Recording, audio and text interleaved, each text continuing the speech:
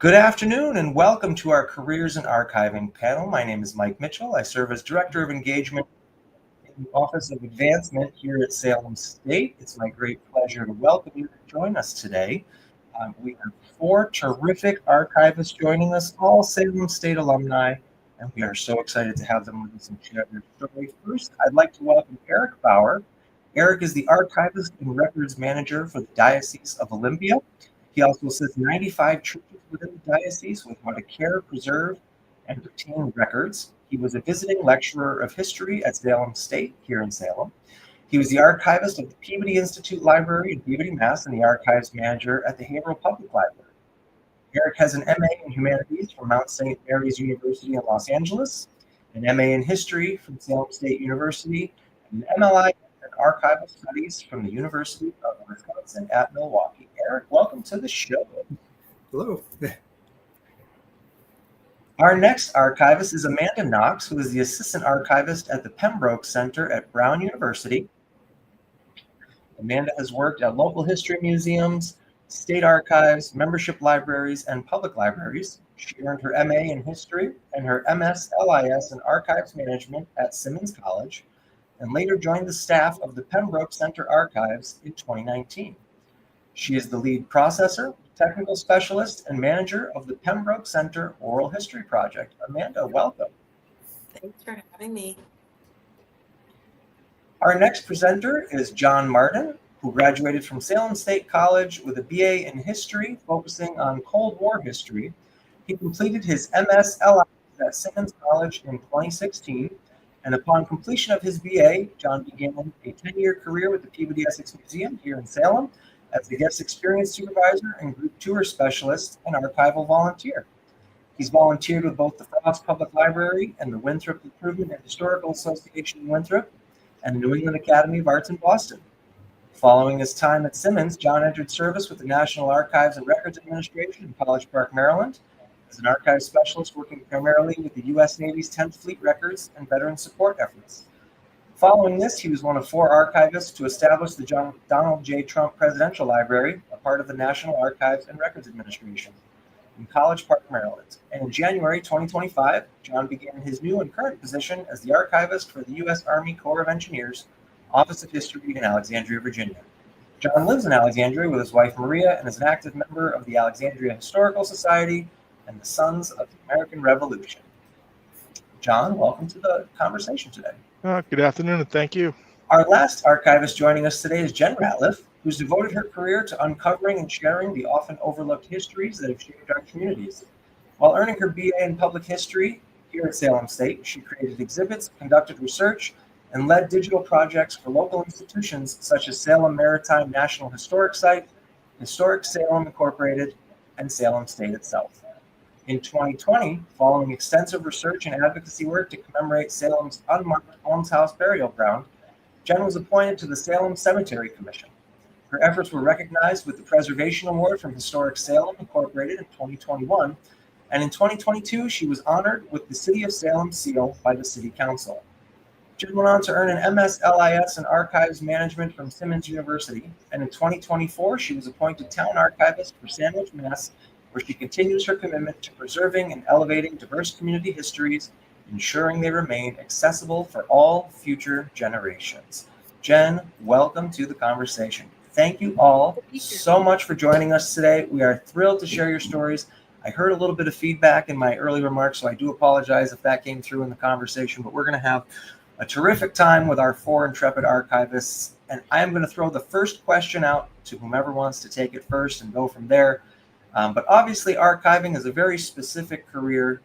So I'm curious, amongst the four of you, what made you want to pursue that? What got you interested in archiving and in your current positions specifically? Well, for me, I always... Oh, go ahead. Go ahead, Jen. Go ahead. No, go ahead, Professor Bauer. For those that don't know, Jen was actually a student of mine when I was teaching. I like to say that I was am an accidental archivist. I was originally, when I was at Salem State, I originally thought I wanted to be on the museum side of things. And I was doing an internship at the Nahant Historical Society. And Bonnie D. Orlando, who was the assistant curator at the time, she's now retired, had me cataloging or actually doing an inventory list of selectmen records.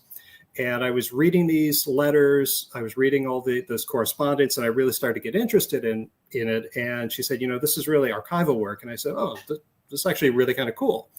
And it was really from that point, I sort of changed my focus at Salem State because I was working on my master's, and I was originally looking at 20th century US history, but then I realized, well, no, I should really start focusing on public history. So I started taking a lot of public history courses at Salem State, and then started doing webinars, reading journal articles about the profession, attending the New England Archivist annual meeting and that sort of thing. So it was really just kind of that little experience that led me down the rabbit hole.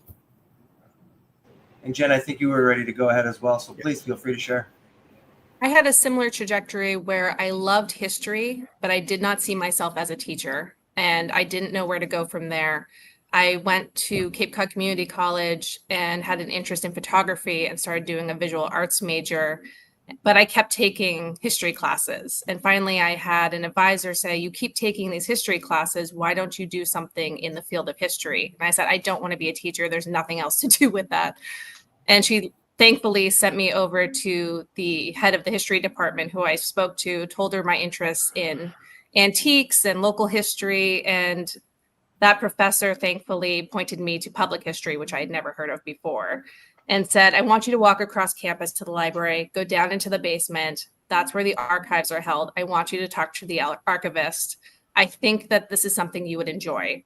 And that was a life-changing moment for me, because I was introduced to, this little room in a basement of a library that was filled with ephemera, postcards, letters, photographs. And it kind of combined all these things I loved about history, and this kind of love of organization along with it.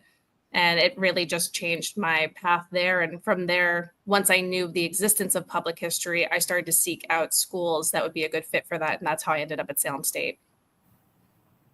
Thank you, Jen. And Amanda or John, I'll invite you to go next. Amanda, go ahead. So unlike Eric, I'm a very intentional archivist, but similar to Jen, as a kid, I knew very, very early. I loved history. I dreamed of being a history major. I knew that's what I was going to do. I did not want to be a teacher. I didn't know what my other options were, but I was like, I'm going to get a history degree and figure it out. But when I was in middle school, the movie National Treasure came out. And there is the character Abigail Chase, who works at the National Archives and follows around these treasure hunters to make sure the Declaration of Independence stays safe. And I was like, that's what I'm going to do with this degree. So my dad was fantastic. I told him, I was like, Dad, I've decided my whole life path. Like, how do I make this happen? And he got me a meeting with the curator at the Massachusetts State Archives. Again, at this point, I was like a freshman in high school. I asked her, how do I do this work? She said the best place to go is Simmons. And I said, okay, then that's what I'm going to do. So I researched for my undergrad degree where I could focus on archives and public history. I literally applied to 2 schools, knowing that Salem was my top choice. And then the rest is history. So, National Treasure, favorite movie of mine. So I can name it front to back. I can recite front to back, top to bottom. Excellent reference there. Abigail Chase, terrific character. John, please feel free to share what led you to your kind of current role. Thanks. I've always had a passion for history, going way back, working on projects in middle school and high school. My first big dive was the Voyager expeditions, and the public library had some stuff in the encyclopedias, and my dad's like, everything's in Washington. Well, we have time. Let's go down there and take a week off, and we'll dig through the boxes. And that got my first experience into the archive world, going to the Record Center at Suitland. And then from there, just always being able to deal with original sources, primary sources. It's fascinating what you find, and you go down rabbit holes that you didn't plan on going down. You start one track and you're finding out so much more that just creates an even bigger story. That I loved it, and it's been probably one of the best decisions I've ever made. Now, understanding that the 4 of you while you're all archivists, I think from what I can gather, you're all in 4 very different spaces of archiving, right? And so I think it's important. Obviously, we all acknowledge why preservation of history as an entity is important, right? But unique to your specific areas, Eric, you're with the diocese, Jen, you're with the town. And what is it about archiving in your specific field, and why is it so important to your respective area of work? Amanda, I'll start with you. We'll try to not take up too much airtime on this, because what I do is a little bit complex. So my work, I'm the assistant archivist at the Pembroke Center for Teaching and Research on Women. And we have kind of 3 main areas that we focus on curating. We focus on feminist theorists in the academy, women and gender at Brown University, and feminist activism in Rhode Island. And so the whole genesis of the Pembroke Center comes out of Pembroke College, the women's college in Brown University. And so the whole point of our existence has been to ensure that the history of women at Brown and in Rhode Island has been captured in the university archives. Because prior to our existence, those materials were far more hidden than we've been able to make them now. And then through the feminist theory trajectory, we're also kind of charting the genealogies of theories and knowledge in this very niche area of research, theory, and practice. So I think, just to kind of keep it short, people are coming to us for a lot of different reasons, and we're trying to help university archives. We're also sort of helping to kind of shape the knowledge base of theory moving forward. Thank you. And John, I'll go to you next. You and I had an opportunity in January when we were in DC for me to learn a little bit more about kind of your role with the Army Corps of Engineers. But talk a little bit about kind of what your day-to-day looks like and why that preservation is so important. Day to day, I am processing materials that come in from the various districts around the country and operations overseas.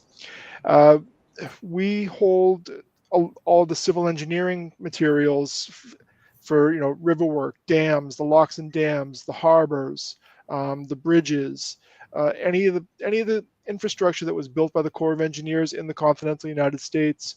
We hold the history of all of that. So you look at the Bourne and Sagamore bridges down in the Cape, the Corps built those, and the plans are there, the history's there, the topography, the floodplains for the area. Between the districts, between the federal record centers around the country and the National Archives, we hold the history of the Corps in the United States and showing what we've done, how we help build the economy and build the economic engine and the infrastructure, but also what we're doing going forward and how we use that to benefit the American people. The Corps of Engineer parks and recreation centers that are operated around the country in areas where the counties, the states, they can't run it.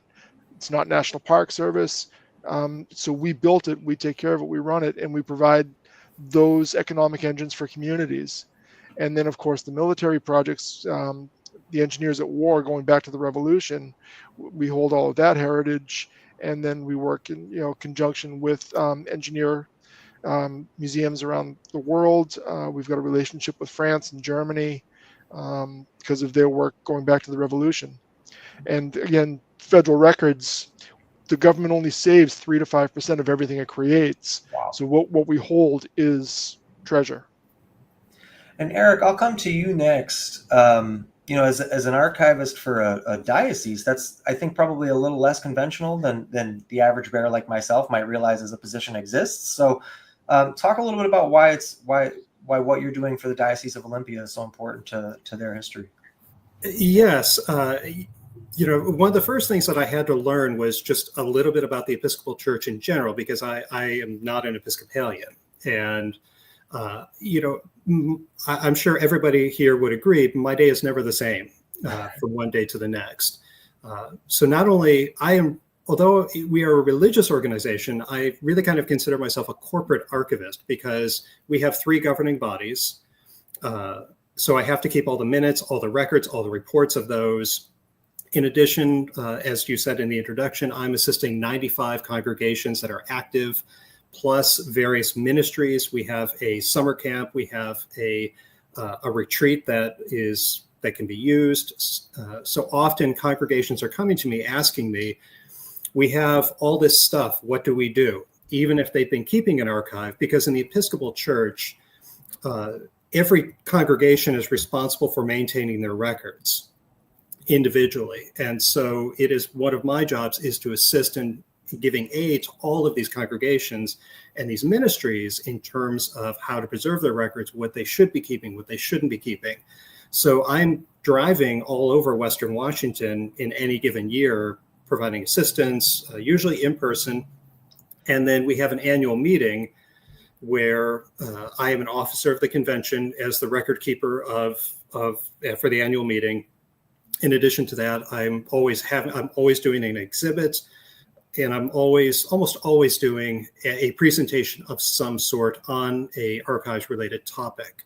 But in addition to that, a lot of my job is just doing general research on various topics. So for example, right now there's a congregation that closed back in 1958, and it was the first and only all African-American congregation, and it was forcibly closed because the bishop at the time wanted to basically wanted to have desegregation within the diocese. And this congregation has essentially been forgotten over almost the past 70 years since its closure. And so I've been spending almost the last year researching, going out to different congregations that have correspondence that they've had with this church to try to write a history of it. So those are just some of the basic things. But I also have the unenvious job of being one of the four horsemen of the apocalypse when a church closes. So I'm one of the four people who have to. I'm the person who has to show up and claim all the records that a church has when it closes. The others, and then there are three other people who have various responsibilities when a church closes, but that is my job. So even when a church closes, when people have questions about when they were baptized, if the church closed, they have to come to me to get that information. Thank you. And Jen, as the town archivist for the town of Sandwich on the Cape, what is, obviously history it runs deep down at the Cape, but kind of what does your day-to-day look like, and what are you working on these days? So my role is to connect the community and researchers with the history of the town of Sandwich, which is the oldest town on Cape Cod. My day-to-day is split between municipal records and family records. A lot of people coming in are interested in their genealogy or the history of their home in Sandwich. We have a lot of family files, genealogical records, family trees, copies of diaries, letters, correspondence. We also have a fabulous collection of asset forms, inventories that were done of historic properties in the town of Sandwich. If you ever use the database Macris to research a property, we have the actual physical files that the Sandwich Historical Commission went around the town recording, and those now sit in the archives. It's a good combination of, people coming in excited about their family history and local municipal members coming in to research their departments and find out information about different laws and acts that had taken place previously and what they're working on now and how that corresponds. And Jen, if I can stay with you for a second, I think one of the things that when I first met you and kind of had the opportunity to learn about your work a little bit, this is just a quick side note, but you have a terrific Instagram account that's called History by the Sea, which has developed this wonderful following online. And so I'm curious what led you to want to start that, and then all of a sudden it picked up and you realize that there's this general interest in history. Was that just like a thing you were doing for fun when you were here in undergrad, or was there anything intentional behind it?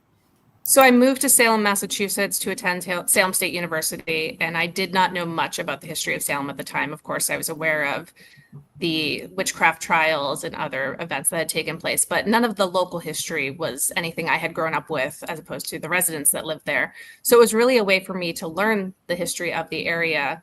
I started a Facebook group called Salem History Exchange, which really has been a fun way to learn about local history through the residents and visitors. They all share, photos from their trips, photos from growing up there, photos from their parents' lives in Salem. My blog, History by the Sea, was a way for me to teach myself the history of the area. And that kind of led to me doing the blog for Salem State University Archives, which really has become something I love. I still go back and look at it.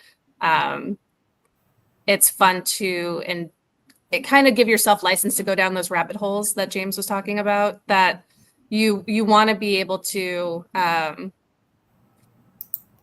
have the excuse to do the research. And it was always encouraged at Salem State to go down those rabbit holes, because that's how you were going to learn the history of an area that someone else possibly wasn't covering. And so you've segued nicely into the next question that I want to ask everybody. And I'll put this out to anyone first, but in the opening bios that we read, you've all obviously gone on to earn advanced degrees and things like that. But at the foundational level, I'm curious kind of what role or how Salem State helped in your educational path and you obtaining your current role. What kind of role did your undergraduate education play here? Anybody can jump in. Yeah, I'll jump into that. It played an incredible role. Tad Baker kept me on the right track to pursue the career in archival work through the directed study programs, through internships with Susan Edwards over at the library, and then finding out other projects through community archives. He just kept pointing me in the right direction, helping me find the right projects, find the right places to do what I wanted to do, and to make it a meaningful result. I've had teachers in the past that didn't have that consideration. It's just, take the class, move on, get your grade, move on. But Tad took an interest in all of his students and making sure that they found the right path that suited them. And he saw potential where the students might not see it in themselves. So that was a huge part. Thanks, John. Anybody else? For me, it was kind of similar. It was twofold. It was both in the way that I learned to think about and engage with the history around me. Dr. Darian's historiography course, like the history of history, like mind totally blown. Literally still to this day cannot think of anything more fun to do or think about. And Dr. Shea, like teaching me how to, like you don't even have to go into a building, like look up at the tops of the buildings, look at the walls, like look at all of these elements to really truly learn about the remnants, what has been left behind of our communities. But then also, I, of course, had a huge amount of hesitancy with going to graduate school. I felt like I was just kind of like tapped out with school. And also library school often comes with a hefty price tag. And I was just so scared to do it. And pretty much I did it because I repeatedly sat in Jamie Wilson's office and was like, Dr. Wilson, I can't do this. And he kept saying, you got to pay to play, Miss Knox. You got to pay to play. If this is what you want to do, you got to pay to play, like over and over again. And I will just never not hear that. And so it was the intellectual stimulation and foundation I needed to move forward. And then also just the encouragement to keep going. Thank you. Jen or Eric, please. Similar to Amanda, probably the best thing that happened to me when I was doing my MA in history at Salem State was in my second year, I was a graduate assistant to Drew Darian when he was writing the history of Temple Sinai in Brookline. And so I worked very closely with him in terms of, and was in various meetings with the temple, doing all the pre-work, recording oral histories, not only for the oral history class that I was taking at the time, but I wound up doing additional ones just on my own as part of the research assistantship, and then all the transcription. And then he had me transcribe another 3 that he had done.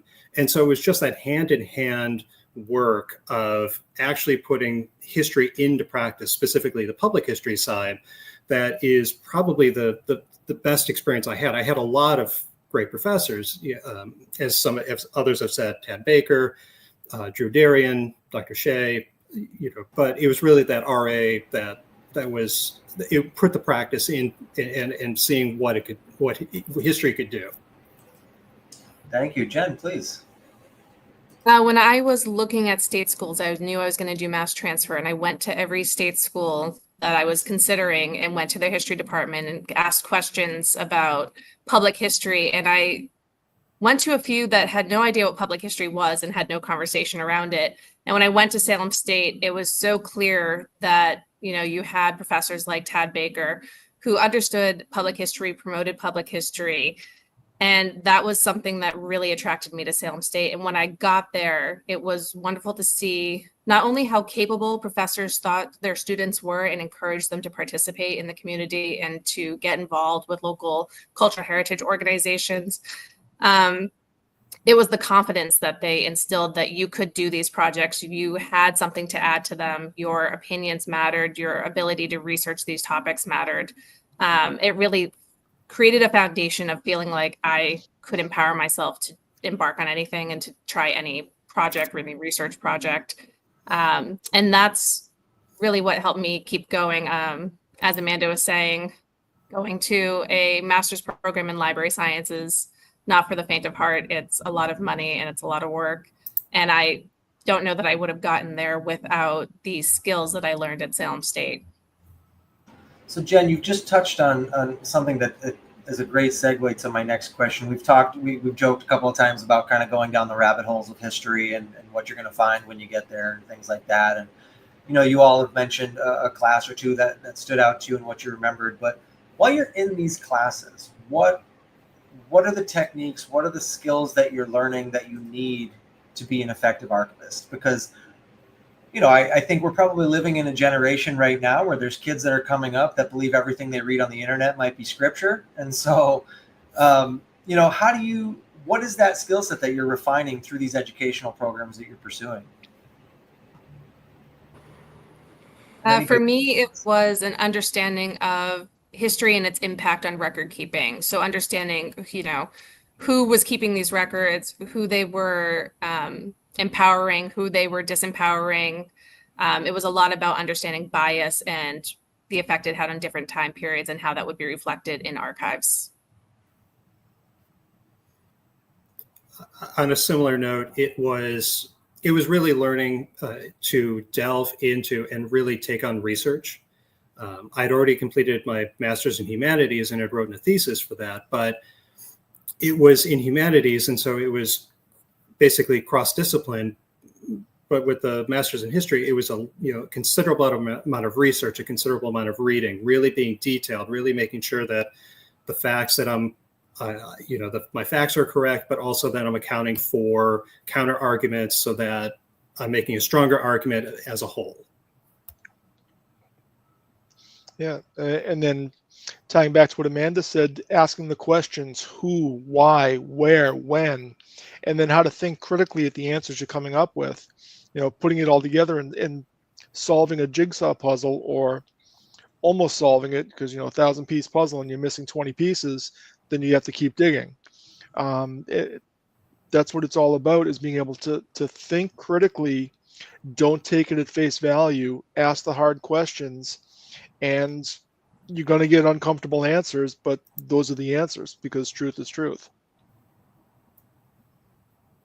I think there's also a significant element we would likely all agree on of learning flexibility, like maintaining your critical interest and learning your flexibility, because contrary to popular belief, like history is not this unchanged thing of the past. Like we're always getting new information, but also just in terms of like the technical part of what we do, we're also constantly getting new types of materials that we need to be thinking about and handling differently and learning how to handle differently.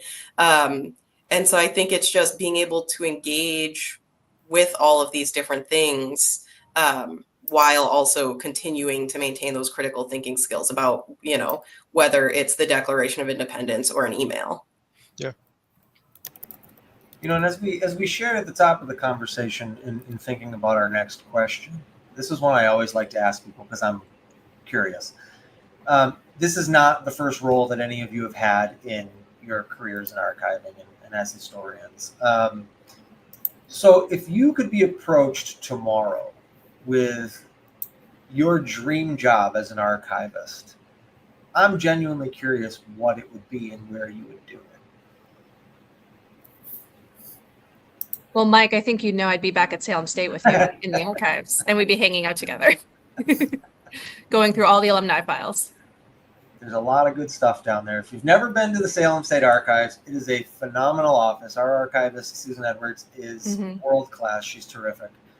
So yeah, we'd love to have you back on campus. I would absolutely, if Mount Vernon knocked on my door, I would pack up and walk out right now. That is always, Mount Vernon would just be amazing. I think for me, because my boss is in the building, I'm here. But if he wasn't in the building, I'd say I'd go back to the National Archives as a Navy specialist. I loved everything I was doing there, the records I was working with the veterans on solving their issues. And then, of course, the reference inquiries that you get there, solving problems, dealing with the 1972 fire. How do they navigate finding what they need with all of those materials lost? So back at National Archives would be ideal for me, but I don't see that happening for another long time. I've got a great position here, and what I'm playing with now is I'm in heaven. It's very cool stuff, I suspect. Yeah. It would be the Chicago History Museum. I am originally from Chicago, and I have never really had a draw to go back. But if it opened up to be able to do local history on the city and that sort of thing, and being downtown, sure, I would do it in the drop of a hat. See, and you've got 4 very different forms of archiving happening right now, but the 4 of you have also said you'd be interested in doing something completely different from what you're doing now as well. So I always find it fascinating because you just never know. The last question I would like to ask would be, so after we're done, I'm going to share this conversation with all the folks that you mentioned in the history department with the hopes that they'll share it with our students as well. And for those that may be watching along at home, if you did or did not pursue a degree in history or library information sciences, things like that, right? But if someone was interested in learning more about your profession, opportunities in your field, whether they be internships, professional or otherwise, where are some places they could go to learn more about the field as a whole, to learn more about specific opportunities? Are there any kind of industry-wide, generally accepted places that folks can go to learn more? I can sort of speak to that to a degree. When I was at the Peabody Institute Library in Peabody, I almost always every semester, practically year-round, had an intern from Salem State in undergrad, because I got into the profession, as I said, by accident with an MA in history. I didn't have my library degree yet, and so I learned from experience. And so the 2 things that I would always say is internships, learning, getting hands-on experience to see if you like that particular type of institution. Some people prefer academic institutions, some prefer municipalities, that sort of thing. And the other thing, just being active within the regional profession. I was heavily, active within the New England Archivist, serving on award committees, and those were short-term. They really didn't require a whole lot of work. Anybody could join them, and that eventually got me to meet other people, that eventually led to me, being co-chair and chair of various committees as my career progressed. So that those would probably be the 2 things: hands-on and just being active in some way. Yeah, that's exactly it. Being hands-on, and when you're hands-on as a volunteer or an intern, making sure your mentor is working with you, whoever's overseeing your projects, because you're still learning, so you want to make sure you're doing it to their standards. And again, being involved in the regional organizations, and be involved and attend the conferences. You're going to network there, because that's 90% of it. You're going to network to find those first jobs, to get the experience on your resume, to build up to where you want to be. Because the more projects you do, the better you are for a hiring director. I think that's a key piece, right? And I think that spans across any industry, not just specific to archiving. The more you can soak up and learn and be willing to learn, I think is always a nice testament. We had a communications graduate we talked to one time, and she had wanted to get into television entertainment so badly. And she said, I was willing to sweep the floors if that was what it took to get me in the room with the right people. So being kind of that quintessential sponge, great piece of advice, John. I would also just add a couple of things. Take a look at job postings just to see what kind of duties they're expecting, the skills they require, see if that suits your abilities and interest. Archives, plural, gig, Archives gig is a fantastic place to be searching for job postings, and they also post internship positions as well. But I think, as you can see from just the four of us, we really enjoy talking about what we do and how we got here. So like I did when I was a kid, Google an archivist near you or not. Now we have Zoom and all these great platforms, and just ask to talk to them. Ask about our day-to-day, ask about the hard parts, the best parts, all of these things, and just see if that's something that interests you. And then I cannot reiterate enough that the hands-on work, it's almost inevitable. 9 times out of 10, you're going to need to pursue a library degree, but what's really going to make you marketable is that hands-on experience. I completely agree. That was my experience as well. I learned much more in an archive than I did in the classroom, and that was invaluable experience to me. And I think it kind of make or breaks a lot of people who are interested in the field, doing the hands-on work, realizing how much patience it can take, and kind of getting a sense of what the actual day-to-day looks like will help you decide if it's the right path for you to pursue.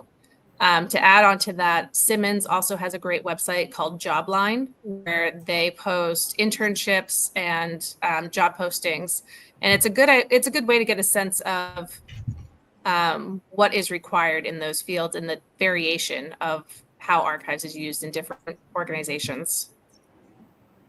I just tried to get their website really quick to drop it on the screen, but it's a lot of characters and it's not easy. It's a lot. It's a lot. Just search Simmons Jobline, you'll find it. Yep. All right. Well, please, John, go ahead. Yeah. With your experiences, try and work in different forms of media as well, whether it be paper, whether it be photographs, whether it be film or electronic records, because collections invariably are all of those formats, and each one is handled differently. So try to get experience doing that, so that way at least you know what you're walking into when you see it. Mm-hmm. Awesome. Well, thank you all so much. Obviously, I know everyone is busy these days, and I certainly appreciate you taking some time to share your insights and your wisdom with us. I'll offer one more chance to offer any last thoughts if anybody has anything else that they'd like to share before we wrap up today. We need more archivists out there. Lots more. In the world. All right.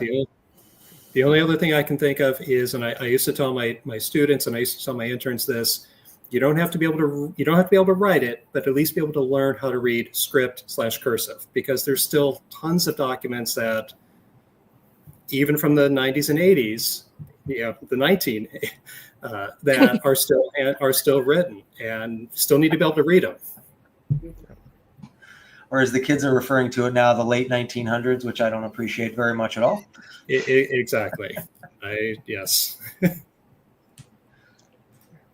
Well, Amanda, Jen, Eric, John, thank you all so much again for taking some time out of your day to share your insights and your experience with us. We certainly appreciate it. I know you're all on LinkedIn, so if anybody that's interested in watching wants to learn more about your professional backgrounds, I do recommend signing up for LinkedIn if you don't have one. And certainly diving in a little bit deeper to the history of these 4 extraordinary, talented archivists, all very proud Salem State grads, because if they weren't, they wouldn't be here talking with me today. So I'd like to thank everybody that followed along with us on Facebook, on YouTube. This video will live there till the end of time.